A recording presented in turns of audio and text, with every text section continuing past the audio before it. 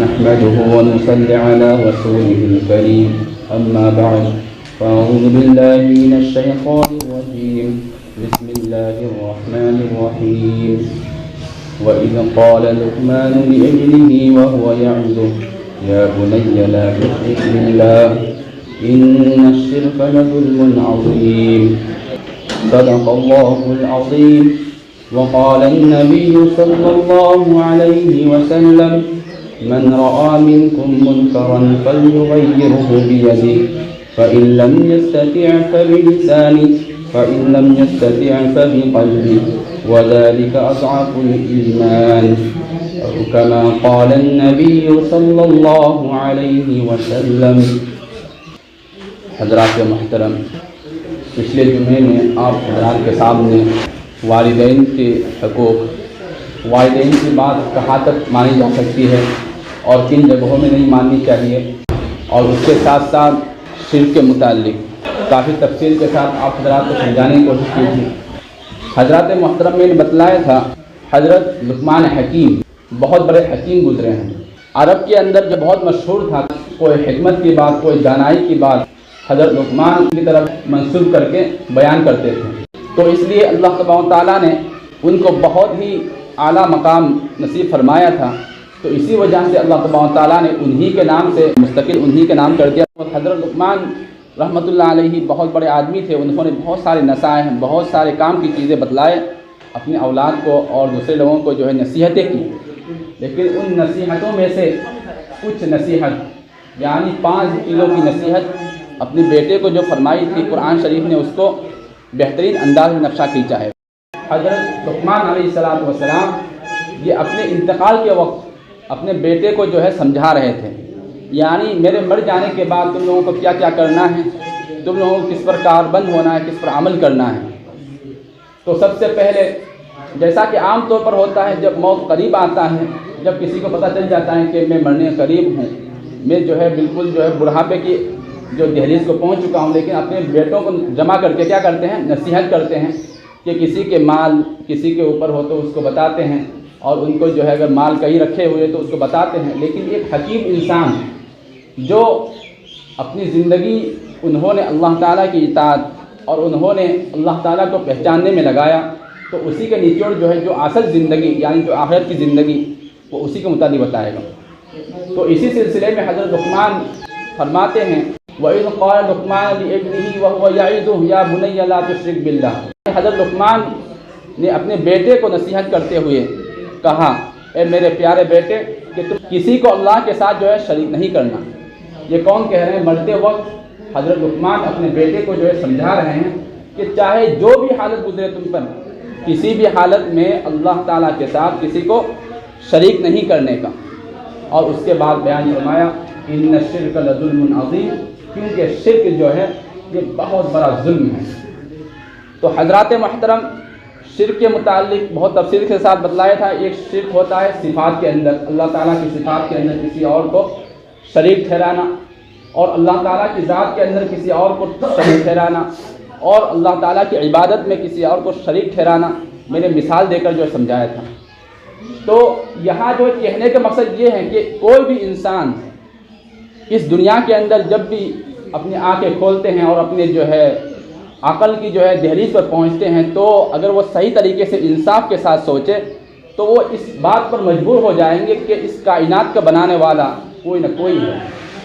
کیونکہ جتنی بھی دنیا کی جو چیزیں ہیں بغیر بنائے ہوئے کوئی وجود میں نہیں آتا، کوئی دنیا میں نہیں آتا. اتنی بڑی آسمان، اتنی بڑی سمندر اور اتنی بڑی جو ہے زمین، اس کا بنانے والا بھی کوئی ہوگا. تو اسی وجہ سے جو ہے حضرت لقمان علیہ السلام اپنے بیٹے کو جو ہے نصیحت کرتے ہوئے کہہ رہے ہیں کہ کسی بھی حال میں اللہ تعالیٰ کے ساتھ شریک نہیں کرنا. تو شرک جو ہے ایک ایسی جو ہے گناہ ہے جس سے بڑھ کر کوئی گناہ نہیں ہے دنیا کے اندر، کہ کوئی بھی انسان اپنی معبود کو چھوڑ کر، اپنی آقا کو چھوڑ کر کسی اور کی عبادت کرنے لگے، کسی اور کو جو ہے اس کے برابر قرار دینے لگے، تو وہ آقا، تو وہ معبود جو ہے ہمیں ایسے نہیں چھوڑے گا. اس کو جو ہے سزا ملے گی آخرت میں. دنیا میں تو مل بھی سکتی ہے لیکن آخرت میں تو کیا ہے، یقینی ہے، اٹل ہے. اور شرک کے علاوہ جتنے بھی گناہ ہیں جس کو ہم کرتے رہتے ہیں، تو اللہ تعالیٰ کہتے ہیں ان اللہ لا یغفر ان یشرک بہ، وَيَغْفِرُ مَا دُونَ ذَلِكَ، یعنی اللہ تبارک و تعالیٰ ایسی گناہ جو اللہ تعالیٰ کے ساتھ شرک ٹھہرایا کسی نے، اس گناہ کو کبھی بھی اللہ تعالیٰ اس کو معاف نہیں کر سکتا، کسی بھی حالت میں جو اس کی مغفرت نہیں ہوگی۔ ہاں اگر شرک کے علاوہ کوئی بھی گناہ کر لے، چاہے حقوق العباد کے اندر ہو، چاہے حقوق اللہ کے اندر ہو، لیکن اللہ تعالیٰ کہتے ہیں کہ جس کے لیے میں چاہوں اس کو معاف کر دیں گے، لیکن شریک کرنا، جو میرے برابر جو کسی کو شریک کیا، عبادت میں شریک کیا اور میری ذات کے اندر شریک کیا اور صفات کے اندر شریک کیا، میں ان کو چھوڑوں گا نہیں۔ یہ کون کہہ رہا ہے؟ اللہ تبارک و تعالیٰ کہہ رہے ہیں۔ تو حضرت لقمان بھی اپنے بیٹے کو نصیحت کرتے ہوئے اس بات کی تاکید کر رہے ہیں کہ کسی بھی حالت میں اللہ تعالیٰ کے ساتھ شریک نہیں کرنے کا ہے۔ اور دوسرے نمبر پر حضرت لقمان اپنے بیٹے کو نصیحت کرتے ہوئے فرماتے ہیں، یا بنی انہا ان تک مثقال حبۃ من خردل فتکن فی صخرۃ او فی السماوات او فی الارض یأتی بها اللہ۔ اے میرے پیارے بیٹے، کہ جو بھی کام، جو بھی عمل تو تم جس دنیا کے اندر جو کر کے جائے گا، چاہے وہ عمل رائی کے دانے کے برابر ہو، کسی بھی حالت میں کسی بھی جگہ اگر انہوں نے کوئی بھی کام کرا ہوگا، چاہے وہ کام اچھا ہو چاہے برا ہو، اس کے بعد اللہ تعالیٰ فرماتے ہیں او فی الصخرۃ، چاہے وہ گناہ یا ثواب چٹان کے اندر گھس کر کیا ہو، یعنی پتھر ہے، پتھر کو جو ہے پھاڑ کر اس کے اندر جو ہے بند کر کے اگر وہ کام کرا ہو، چاہے وہ گناہ کی کام ہو، چاہے وہ ثواب کا کام ہو، چاہے نیکی کا کام ہو، اور اس کے بعد بیان فرماتے ہیں او فی السماوات، یعنی اگر وہ چیزیں جو آسمان کے اندر جو ہے کھلے آسمان کے اندر جا کر وہ انسان کرتا ہے۔ آج کل تو دنیا بہت ترقی کر گئے ہیں، آسمانوں کے اندر بھی، آسمان کے خلا کے اندر، فضا کے اندر بھی لوگ بستے ہیں۔ جتنی جو ہے کنیکشن ہے، انٹرنیٹ کا کنیکشن، وہ آسمان سے جڑے ہوئے ہیں، آسمان کے بیچ میں جو ہے ایک مشین رکھے ہوئے ہیں، جو ہے کنیکٹ جو ہے اسی سے ہیں۔ تو اللہ تعالیٰ فرمانے چاہے اسی میں پہنچ کر چاہے جو بھی کام کرے، اچھا کام کرے یا خراب کام کرے، اور اس کے بعد بیان فرماتے ہیں او فی الارض، چاہے زمین کے اندر، زمین کی پشت پر رہ کر کوئی بھی کام کریں، چاہے وہ اچھا ہو چاہے خراب ہو، تو اللہ تعالیٰ فرماتا ہے یأتی بہ اللہ، اللہ تعالیٰ اس کو سامنے لا کر کھڑا کر دیں گے کل قیامت کے دن۔ یہ دنیا جو ہے کچھ دنوں کے لیے ہے، کچھ دنوں کی زندگی ہے۔ اس کے بعد اللہ تبارک و تعالیٰ فرماتے ہیں کہ تم جو ہے بے فکر نہیں ہونا کہ تم جو ہے چھپکے میں جو ہم نے کوئی گناہ کی کام کر لی اور کوئی ثواب کا کام کر لی کہ اس کا سزا اور اس کا بدلہ اللہ تعالیٰ نہیں دے گا، ایسا بالکل مت سوچنے کا۔ اللہ تعالیٰ کہہ رہے ہیں کسی بھی حالت میں، چاہے چھوٹی سے چھوٹی کیوں نہ ہو، چاہے کسی بھی حالت میں کیا ہو، لیکن اللہ تعالیٰ اس کو ہمارے مرنے کے بعد کل قیامت قائم ہوگی، آخرت کے اندر حشر و نشر اور حساب و کتاب ہوگا، تو اس میں جو ہے ہمارے نامہ اعمال کو سامنے پیش کر دیا جائے گا۔ اور اسی کے مطابق سورہ یاسین کے اندر جو ہے بیان فرمایا الیوم نختم علی افواہہم وتکلمنا ایدیہم وتشہد ارجلہم بما کانوا یکسبون، کہ اس دن انسان اللہ کے سامنے یہ چاہے گا جو انہوں نے گناہ کرا ہے تو کیا کرے، اس کو چھپائے، زبان سے بالکل اقرار نہیں کرنے کا۔ اللہ تعالیٰ جو کہے گا بھائی تم نے جو ہے گناہ کرے یا نہیں، تو وہ کہہ دیں گے ہم نے تو کوئی گناہ نہیں کرے، ہم نے دنیا میں رہ کر آپ کی اطاعت کری ہے، آپ کی عبادت کری ہے، آپ کے رسول کی جو ہے کہنا مانا ہے۔ تو اللہ تبارک و تعالیٰ جو ہے، اللہ تعالیٰ تو سمجھتا ہے، لیکن اس کے باوجود بھی اللہ تعالیٰ چاہتا ہے کہ اس بندے سے، جس بندے نے گناہ کرا ہے اسی سے اقرار کروائے۔ تو اسی پس منظر کو اللہ تبارک و تعالیٰ نے سورہ یاسین کے اندر بیان فرمایا الیوم نختم علی افواہہم، آج یہ بندہ جو جھوٹ بول رہا ہے میرے سامنے، تو ان کی زبان کو بند کر دیا جائے گا، تالا لگا دیا جائے گا، اور ہاتھ گواہی دینے لگے گی، اے اللہ اگرچہ اس بندے نے جو ہے اپنی زبان سے جو ہے گواہی نہیں دے رہے ہیں، اس کے بدلے میں آپ نے زبان بند کر دی، لیکن یہ ہاتھ آپ کی امانت ہے، تو لہٰذا میں نے جو ہے اس ہاتھ کے ذریعے وہاں فلاں کام کیا تھا، وہاں یہ فلاں جو ہے نیکی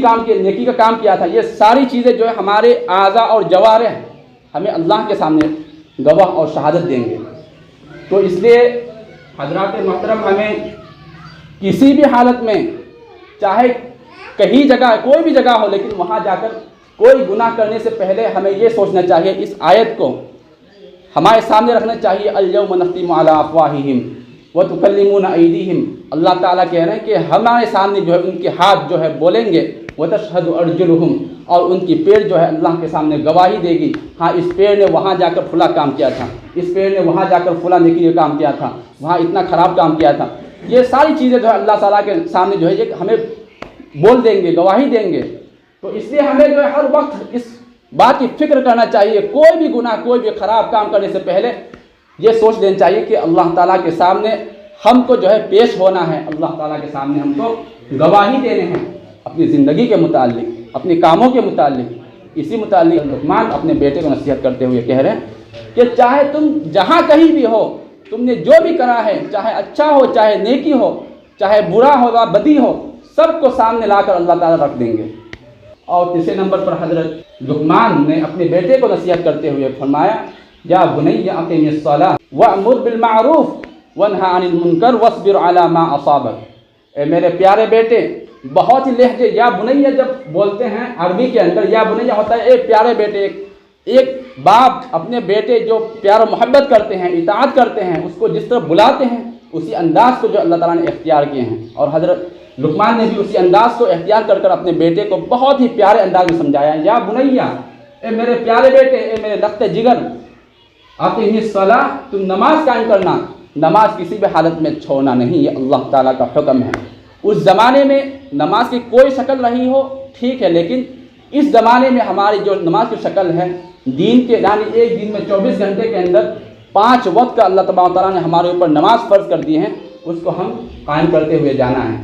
اسی کی نصیحت کون کر رہے ہیں؟ حضرت لقمان اپنے مرتے وقت، جو ہر کوئی یہ چاہتے ہیں کہ اپنے بیٹے کو مالدار بنا کے چھوڑے، پیسے روپے جو ہے زیادہ سے زیادہ جو جمع کر کے چھوڑے، لیکن ایک حکیم انسان کا تقاضا یہ ہے کہ ان کو اپنی بیٹے، اپنی اولاد اور اپنے آنے والے اور اپنے دوست و احباب کو ایسی باتوں کی نصیحت کریں جو ان کو مرنے کے بعد جو زندگی ہے، جو لامحدود، جو ختم نہیں ہونے والی ہے، تو اس میں کون سا کام کرے تو اچھا رہے گا ان کو اور ان کے لیے کارآمد ہوگی۔ وہ بتا رہے ہیں یا بنی اقیم الصلاۃ، کہ تم یہ کیا کرے، نماز چھوڑنا نہیں، نماز کسی بھی حالت میں نماز پڑھنا ہے۔ وَأْمُرْ بِالْمَعْرُوفِ وَانْهَ عَنِ الْمُنكَرِ، یہ جو ہے انسان کی یہ بنیادی اخلاقی جو ہے یہ موضوع کے متعلق اللہ تبارک و تعالیٰ بیان فرماتے ہیں، جس کو ہم جو ہے بیسک ہیومن مورلٹی، بنیادی انسانی اقدار، دوسرے الفاظ میں کہہ سکتے ہیں کہ بنیادی انسانی اخلاقیات، یعنی انسانی اخلاقیات، لوگوں کے سامنے کس طرح ہمیں برتاؤ کرنا چاہیے، لوگوں کو کس بات پر ابھارنا چاہیے، لوگوں کو کن چیزوں سے منع کرنا چاہیے، اسی چیز کو اس آیت کے اندر اللہ تبارک و تعالیٰ نے بیان فرمایا وَأْمُرْ بِالْمَعْرُوفِ، اے میرے پیارے بیٹے، کہ تم جو ہے اچھی باتوں کی کیا کرنا، حکم کرتے رہنا۔ یہ انسانی جو ہے اخلاق ہے کہ کوئی بھی آدمی راستے جو بھٹک رہا ہے، کوئی نابینا آدمی ہے، سڑک پار نہیں کر پا رہا ہے، تو اس کے لیے جو ہے اگر انسانی اخلاق ان کے اندر ہوگا، کوئی بھی ہیومینٹی، کوئی انسانیت اس کے اندر ہوگی، تو اس کو جو ہے ہاتھ پکڑ کر اس سڑک پار کرا دے گا۔ تو یہ ہے، یہ بیان یہ کہہ رہے ہیں کہ آپ جو ہے اچھی باتوں کی کیا کریں، حکم کیا کریں، وَأْمُرْ بِالْمَعْرُوفِ وَانْهَ عَنِ الْمُنكَرِ، اور جو خراب باتیں ہیں، جو منکر باتیں ہیں، جو گناہ کی جو چیزیں ہیں، اس سے لوگوں کو بچائیں، لوگوں کو روکیں۔ یہ کون کہہ رہے ہیں؟ حضرت لقمان جو ہے اپنے بیٹے کو نصیحت کرتے ہوئے کہہ رہے ہیں۔ بہت تفصیل ہے، لیکن تفصیل میں نہیں جاتا، وقت کم ہے۔ اس کے بعد بیان فرمایا وَاصْبِرْ عَلَىٰ مَا أَصَابَكَ، یہ جو ہے لوگوں کو بھلائی کی طرف بلانا،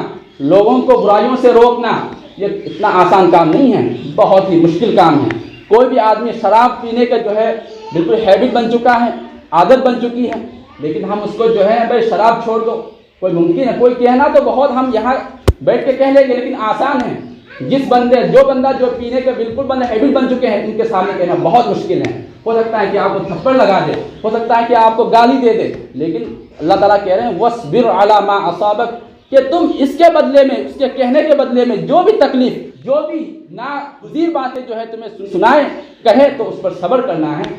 اس کو جو ہے پلٹ کر جواب نہیں دینا ہے۔ کیونکہ ایک آدمی خراب آدمی ہے، ان کو جو ہے آپ اچھے کام کی طرف جو ہے لانا چاہ رہے ہیں، تو کب آئے گا؟ ان کے باتوں کو جو آپ برداشت کریں گے تبھی تو آئیں گے نا آپ کے پاس۔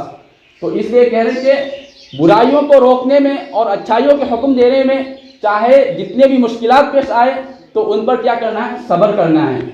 اور فرماتے ہیں کہ اِنَّ ذَلِكَ مِنْ عَزْمِ الْأُمُورِ، یہ جو ہے بڑی ہمت کے کاموں میں سے ہے، یعنی یہ کام کرنا اتنا آسان نہیں ہے، جس نے کر لیا ہے وہ سمجھو اللہ کے سامنے کامیاب ہے۔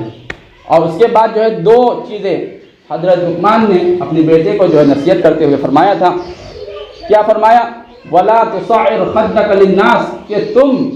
اے میرے بیٹے، کہ تم لوگوں سے جو بات کرتے ہوئے اپنے گال کو مت پھلائیے۔ مطلب کوئی آدمی تمہارے ساتھ بات کرنا چاہتا ہے کہ تم جو ہے موڑ کر جو چلے جائے اور ان کی کوئی خاطر خواہ نہ کرے، ایسا نہ ہو۔ کوئی آدمی چاہتا ہے آپ سے جو ہے علم سیکھنا چاہتا ہے، کوئی بات کرنا چاہتا ہے، کوئی دین کی باتیں کرنا چاہتے ہیں، تو ان کے ساتھ جو ہے بیٹھے اور ان کے ساتھ نرمی کے ساتھ جو ہے جو حسن سلوک کے ساتھ باتیں کرنے کی کوشش کریں۔ وَلَا تُصَعِّرْ خَدَّكَ لِلنَّاسِ وَلَا تَمْشِ فِي الْأَرْضِ مَرَحًا، اور زمین کے اندر اکڑتے ہوئے نہ چلے۔ کوئی آدمی جو ہے مطلب زمین کے اندر تکبر کرتے ہوئے چلتا ہے، مالدار ہے، تو یہ سوچتا ہے کہ اس زمین کے اندر کون ہے جو مجھ سے زیادہ جو ہے مالدار ہو، علم والا ہو، نالج والا ہو،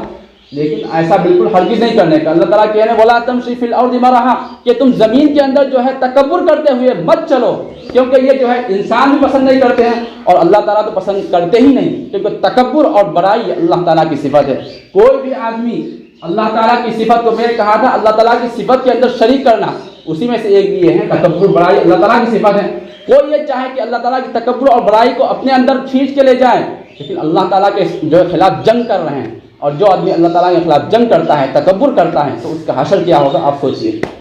اور اس کے بعد بیان فرماتے ہیں وَلَا تُصَعِّرْ خَدَّكَ لِلنَّاسِ وَلَا تَمْشِ فِي الْأَرْضِ مَرَحًا إِنَّ اللَّهَ لَا يُحِبُّ كُلَّ مُخْتَالٍ فَخُورٍ، اللہ تعالیٰ ایسے لوگوں کو، ایسے تکبر کرنے والوں کو پسند نہیں کرتے ہیں۔ وَاقْصِدْ فِي مَشْيِكَ وَاغْضُضْ مِنْ صَوْتِكَ إِنَّ أَنكَرَ الْأَصْوَاتِ لَصَوْتُ الْحَمِيرِ، کہ تم لوگ بات کرتے ہوئے جو اپنی بات کو میانہ روی جو ہے بالکل زیادہ بلند نہ ہو، زیادہ پست بھی نہ ہو، درمیانہ قسم کا رکھے، کیونکہ جو ہے بعض آدمی کیا ہوتا ہے آرگیومنٹ ہو جاتا ہے، بحث و مباحثہ ہو جاتا ہے، لیکن اپنی بات جو ہے بالکل کمزور ہو گیا، لیکن آواز کے ذریعے جو ہے اس کو یہ ثابت کرنا چاہتا ہے بھائی اگرچہ میں آرگیومنٹ کے اعتبار سے میری بات اگرچہ ویک ہے، کمزور ہے، لیکن میری زبان جو ہے، میری آواز اس کے مقابلے میں بہت زیادہ ہے، تو لہٰذا چاہے ہم جو ہے غلط ہی صحیح، لیکن ہم صحیح ثابت کر سکتے ہیں اپنی آواز کے ذریعے۔ ایسا بھی نہ ہو، ایسے لوگوں کو انسان کیا کرتے ہیں بیوقوف سمجھتے ہیں، تو اس لیے اللہ تعالیٰ جو ہے یہ حکم کر رہے ہیں کہ جو بھی بات کرے میانہ روی کے ساتھ، آہستہ، یعنی جو ایک عقل مند انسان جو بات کرتے ہیں تو اسی انداز سے بات کرے۔ اللہ تعالیٰ ہم سب کو عمل کرنے کی توفیق عطا فرمائے۔